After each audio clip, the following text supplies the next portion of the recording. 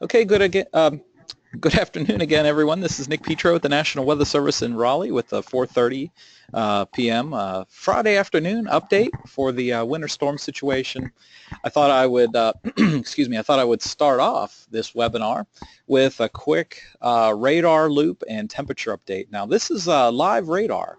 Now, what I've done is I've put a little color coding on here to show where the snow is falling versus where the rain's falling. So let me pause this here in the last frame. Again, this is current data. So the blues and the pinks represent where this algorithm that colors it thinks that it's snowing, and where it's green, it thinks that's rain.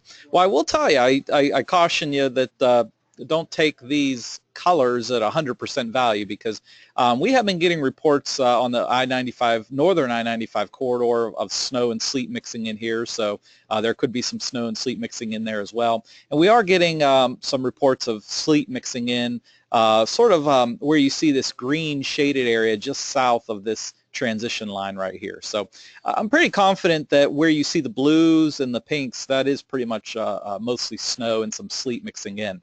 So what would really help us throughout the evening is if you experience a major precipitation change and you feel like you'd like to report that to us, go ahead and send us a note, or give us a call, or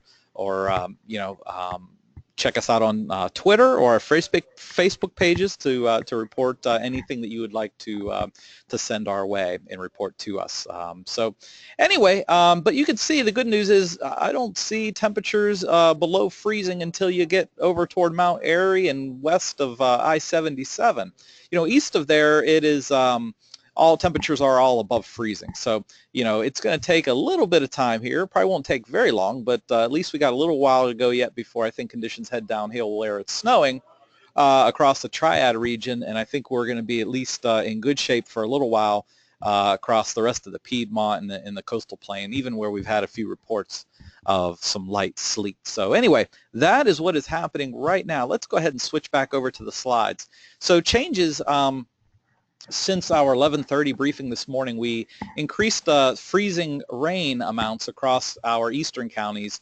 We added Wayne County to the winter storm warning. So let me back up here, and you'll see Wayne County is now painted pink for winter storm warning, as is Duplin County for winter storm versus winter weather advisory. The blue counties are winter weather advisories. So, with some freezing rain, a little bit more than we were thinking initially, there could be a few downed tree limbs, maybe a few isolated power outages, particularly from Wayne County eastward due to freezing rain. West of Wayne County, we really don't think that's going to be a big problem, but Wayne County eastward, there could be some reports of power outages due to freezing rain accumulating on the limbs and then breaking off and falling on power lines, that sort of thing. So anyway, this graphic shows you a transition in what we think the radar would look like. In the upper left, there is that upper left image is the live radar. I captured that around 4 p.m. Again, what I already showed, the light snow and sleet across the Triad and central and southern Piedmont, and the light rain mixed with some sleet pellets east of there. By 8 p.m. This evening, we expect that band that you see across the Triad to move east and be affecting the Sandhills region, US 1 corridor, Triangle region, I-95 corridor, and there's the precipitation types that we think will occur when that band reaches points eastward. So I think it'll be more snow and sleet further north, closer to the Virginia border, and then more in the way of rain and sleet as you head south. So by midnight, I think we're going to see a wide swath of all types, wintry mix of precipitation across central North Carolina. We'll have rain in the east from, say, Smithfield south on the I-95 corridor. And as you go northwest, we'll start to transition to more sleet. And then as you go further west, say along I-85 and points north, it'll be mostly snow. And of course, the northern I-95 corridor we expect to be mostly snow. By 4 a.m. overnight tonight, We expect there could be some snow heavy at times across the Triad region, I-85 corridor, northern I-95 corridor. But I think there's going to be a band of heavy sleet setting up from the Triangle region southwest to, say, Albemarle. South of there, it's going to be mostly just rain and maybe some sleet mixing in at times, say from Wadesboro over to Rockingham to Fayetteville. Fayetteville should be mostly rain. And Clinton should be mostly rain. There might be a touch of freezing rain again over in Goldsboro, so that's the transition there overnight. As you wake up tomorrow morning, snow should be coming down from the Triad to all the way from Winston-Salem, Greensboro to Roanoke Rapids, a transition to snow across the Triangle region, and transitioning to snow and sleet across the Wilson, Rocky Mount area. And then, and even across the south and southwest areas should be changing to snow as well as colder air comes in. By noon Saturday, this should all begin to wind down and begin to push east. And as it pushes east and it dries out in the upper parts of the atmosphere, that might mean a touch of freezing drizzle, but not much. Not a bad ending in terms of freezing drizzle, but nevertheless, there will already be travel problems due to the snow and sleet. So anyway, that's how it looks like it's going to shape up overnight and play out in terms of the total snow amounts. So we continued to sort of tighten up the transition from south to north, and we shifted the heaviest snow a little bit further north to basically align along the I-85 corridor from Greensboro to Durham, up to Henderson and Oxford, and Warrenton over to Roanoke Rapids in the northern I-95 corridor. That swath right there is where we think the heaviest snow amounts will fall. It really begins to drop off quite dramatically as you head south and east of there, southeast of there. Maybe a half a foot of snow in the Raleigh area, particularly northern Wake County, but once you get southeast of Raleigh, things are going to drop, amounts of snow are going to drop off pretty dramatically. And I'll show you in this possible alternate scenario map, I think plays this out pretty well. You see the text there in the middle that's diagonal, rapid change in snowfall amounts from southeast to northwest in this zone. I think you're going to see, if you go from, say, southeast Wake County up to northern Wake County, like if you're going from Fuquay up to Falls Lake, it's going to be a complete change in rural from south to north. I mean, I really think you're going to see just an incredible transition and what we see as you head through that zone. So anyway, alternate scenarios. First, starting off in the north, spots in this area could see a little bit more than what we're shown here. Perhaps a few isolated reports of 10 or 11 inches. Again, that's far north. Looking south in the yellow dashed area, this area could see precipitation type remain all sleet for a prolonged period of time, well into the night, may even briefly change to freezing rain. Both of those scenarios would result in lower snowfall amounts than what we've got shown here. Nevertheless, a lot of sleet is still going to result in very hazardous, very dangerous driving conditions, road conditions, due to potential significant accumulation of sleet. As you move further south and east, in the Goldsboro area and points eastward, there could be some accumulating ice due to freezing rain. And that too may hold snowfall amounts down in that area. And then as you go further south, this area here that I have in dashed green, it's going to be hard to get that to change from rain. It might just, I expect that area in dashed green to pretty much be rain all night long.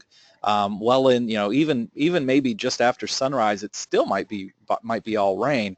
But as the storm begins to pull away, we'll see the cold air come in, and then that area should change to snow later in the morning after the colder air arrives. So, maybe an inch of snow. If you're in that dashed green area and you're lucky, you might see an inch of snow. Ultimately an inch of snow could still cause problems tomorrow night when the temperatures really drop down into the teens and black ice becomes a problem even in that area.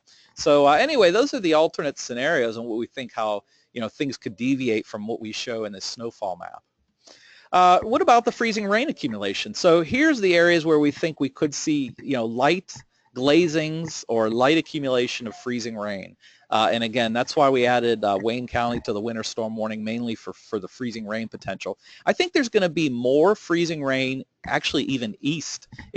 as you get into National Weather Service Newport's area, eastern North Carolina, I think you're going to see more in the way of freezing rain. So we're going to be, Wayne County, far eastern Wilson, far eastern Edgecombe, Sampson County are going to be on the western, I think, fringes of where the worst of the freezing, or not worst, but I should say where the freezing rain will occur. The worst of the freezing rain would be east of there. So anyway, maybe close to a quarter inch of ice accumulation in the Wayne County area, but that would be probably about the top end of ice accumulation there. All right, so how will all this impact us? So in the blue area, heavy snow, hazardous, if not impossible travel conditions, very cold temperatures. In the pink area, again, heavy snow or heavy sleet. Either way, whether it's snow or sleet, there's going to be dangerous, if not impossible, travel conditions this weekend. Again, prolonged impacts into early next week due to the cold temperatures and black ice. As you head further south into the orange area, that area could see rain even this evening last pretty well into well past midnight, so that will cut down on things. But I think even in that area, there could be significant amounts of sleet, particularly on the northern side of that orange swath. So again, that's where we're going to see a pretty drastic transition area. So things could go either way in the orange area. Nevertheless, regardless of how much ice or snow or sleet forms there, roads will be tricky tomorrow, and black ice issues as cold temperatures set up the rest of the weekend into early next week. The red area we have highlighted separately because we think there's more of a freezing rain impact there, and that's as I already mentioned. And then, of course, in the green highlighted area, rain's going to last there the longest. So look for the least of the impacts across the area painted green. So anyway, so that's the way it appears as though the impacts, that is, look like will shape up through this event. This timeline is meant to just give you a sense of when the worst of the worst conditions are going to be, and we think tonight and tomorrow morning particularly, is when we're going to see the worst of the conditions in terms of the heaviest precipitation and the worst of the road conditions. Again, we still have Saturday night, Sunday night, and early next week highlighted because of the very, very cold temperatures and the risk for black ice at night and during the morning hours each of those days. All right, speaking of cold temperatures and black ice, here's I want to call your attention to the low temperatures. This set of forecast stripes here is for Greensboro, for Raleigh, and for Fayetteville, just to give you a sense across central North Carolina. But what the common theme is, very cold Saturday night, temperatures falling close to 10 degrees above. Sunday night, we're going to look at single-digit lows, mid and upper teens for lows, even Monday night. And where there's a deep snowpack, temperatures will stay below freezing for, a couple days, really, right? Not until Tuesday morning, temperatures may not go above freezing. All right, so we're not expecting any widespread windy conditions. Again, I think there could be a few gusts, 20 miles per hour or plus, as the precipitation is winding down during the day Saturday. We're not expecting wind to be a big issue, at least across the central part of the state. There's some interesting links you might want to check out. So I'm going to do one more webinar with a full briefing set of slides tomorrow morning at 11:30. And other than that briefing, we will do additional briefings as needed and if and when things change overnight. So we have extra staffing here, and we're ramped up here for the duration of this event. If things warrant, if things change, then we'll update these slides and email them to you. If you don't get a new set of slides, that means they're on track, and we don't really see any deviation from what I'm presenting here right now. So regardless, either way, I'll set out a new set of slides to wrap things up tomorrow morning. We'll do one more of these webinars tomorrow morning at 11:30. So I invite everyone to join me for that. So that's all I've got for the slides, and again, thank you for joining me this afternoon.